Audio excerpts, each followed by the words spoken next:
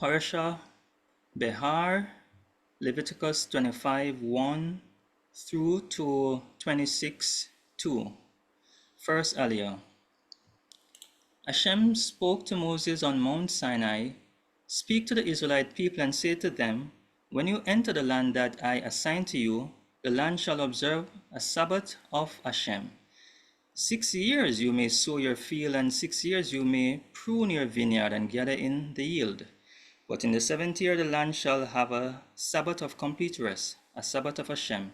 You shall not sow your field or prune your vineyards.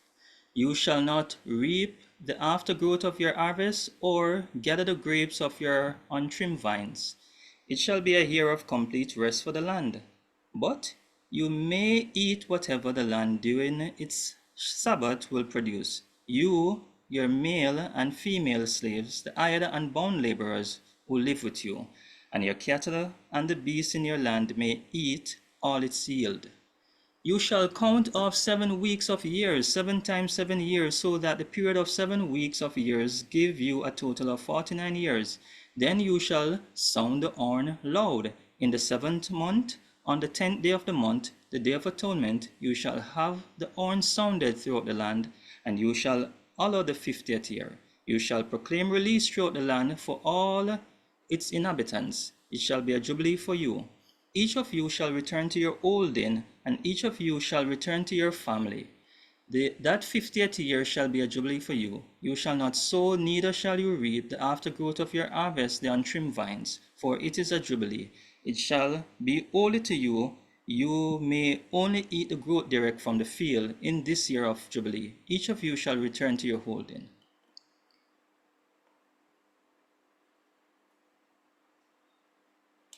Second Aliyah. When you sell property to your neighbor or buy anything from your neighbor, you shall not wrong one another. In buying from your neighbor, you shall deduct only for the number of years since the Jubilee. And in selling to you, that person shall charge you only for the remaining crop years. The more such years, the higher the price you pay. The fewer such years, the lower the price. For what is being sold to you is a number of harvests. Do not wrong one another, but fear your God, for I, Hashem, am your God. You shall observe my laws and faithfully keep my rules, that you may live upon the land in security. Third Aliyah. The land shall yield its fruit, and you shall eat your fill, and you shall live upon it in security. And you shall ask, what are we to eat in the 7th year, if we may neither sow nor gather in our crops? I will ordain my blessing for you in the 6th year, so that it shall yield a crop sufficient for 3 years. When you sow in the 8th year, you will still be eating old grain of that crop. You will be eating all the old until the 9th year, until its crops come in. But the land must not be sold beyond reclaim, for the land is mine. You are but strangers resident with me. Throughout the land that you hold, you must provide for the redemption of the land. Fourth Aliyah. If one of your kin is in straits and has to sell part of a holding, the nearest redeemer shall come and redeem what that relative has sold. If any party has no one to be redeemer, but prospers and acquires enough to redeem with, the years since its sale shall be computed, and the difference shall be refunded to the party to whom it was sold, so that the person return to that holding.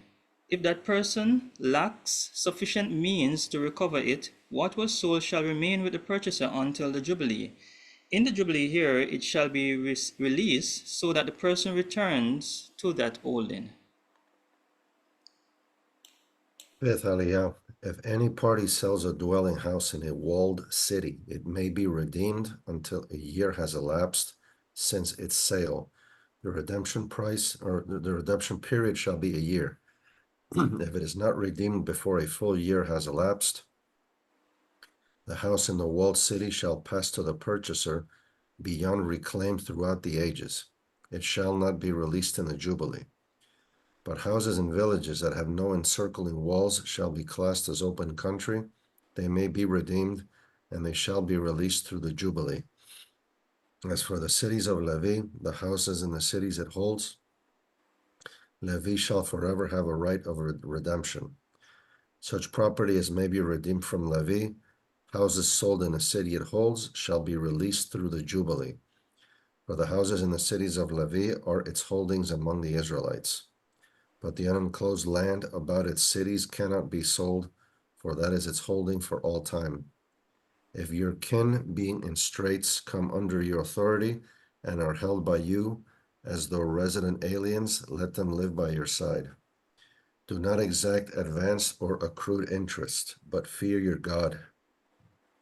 Let your kin live by your side as such. Do not lend your money at advanced interest, nor give your food at accrued interest. I, Hashem, am your God, who brought you out of the land of Egypt to give you the land of Canaan to be your God.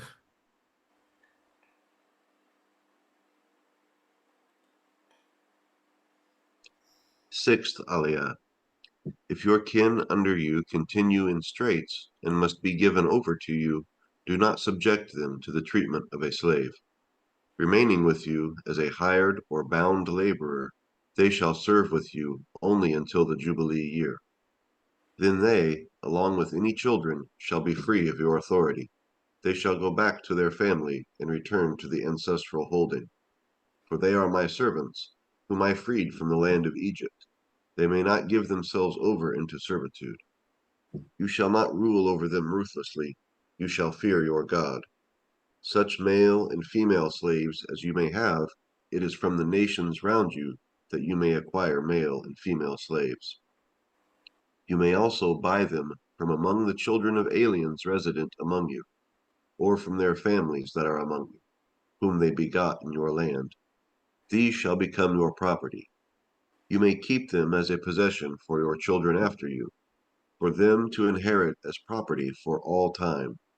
Such you may treat as slaves, but as for your Israelite kin, no one shall rule ruthlessly over another. Seventh Aliyah. If a resident alien among you has prospered, and your kin being in straits, come under that one's authority and is given over to the resident alien among you, or to an offshoot of an alien's family, your kin shall have the right of redemption even after having been given over. Typically, a brother shall do the redeeming, or an uncle or an uncle's son shall do the redeeming. Anyone in the family who is of the same flesh shall do the redeeming, or, having prospered, your formerly impoverished kin may do the redeeming. The total shall be computed with the purchaser, as from the year of being given over to the other until the Jubilee year. The price of sale shall be applied to the number of years, as though it were for a term as an hired laborer, under the other's authority. If many years remain, your kin shall pay back for the redemption in portion to the purchaser price, and if few years remain until the Jubilee year, so shall it be computed. Payment shall be made for the redemption according to the years involved. One shall be under the other authority as a laborer hired by the year. The other shall not rule ruthlessly in your sight.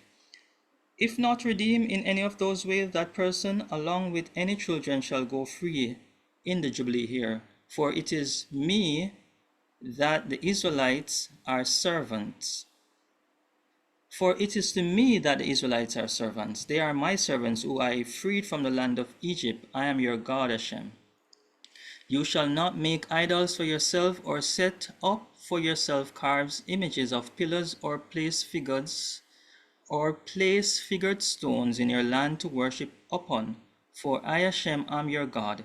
You shall keep my Sabbath and venerate my sanctuary, mine Hashem's.